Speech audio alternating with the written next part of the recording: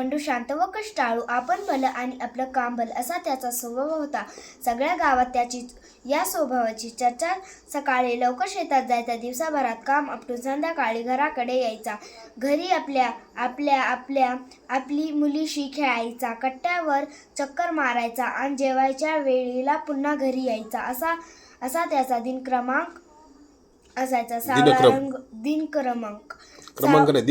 सावळा रंग, शिडशिडीत अंग, काठी नाकासमोर चालणारा बंडू व एक वर्षी पीक पाणी झाल्यावर बंडू कुटुंबासाठी नवीन कपडे, स्वतःसाठी एक इजार शिवली.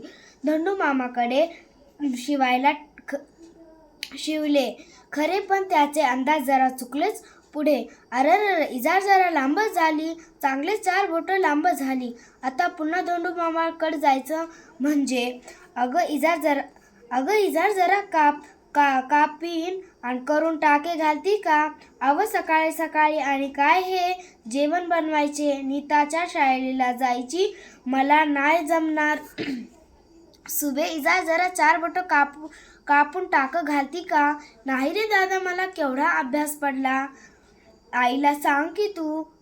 आई, इजार 4 बोटं कापून टाके घालती का? ठेव तिकडं तुझी इजार.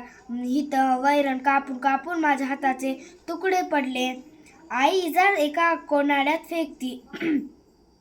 बंडू हिरमुरूत होऊन शेताकडे गेला. सकाळी इजार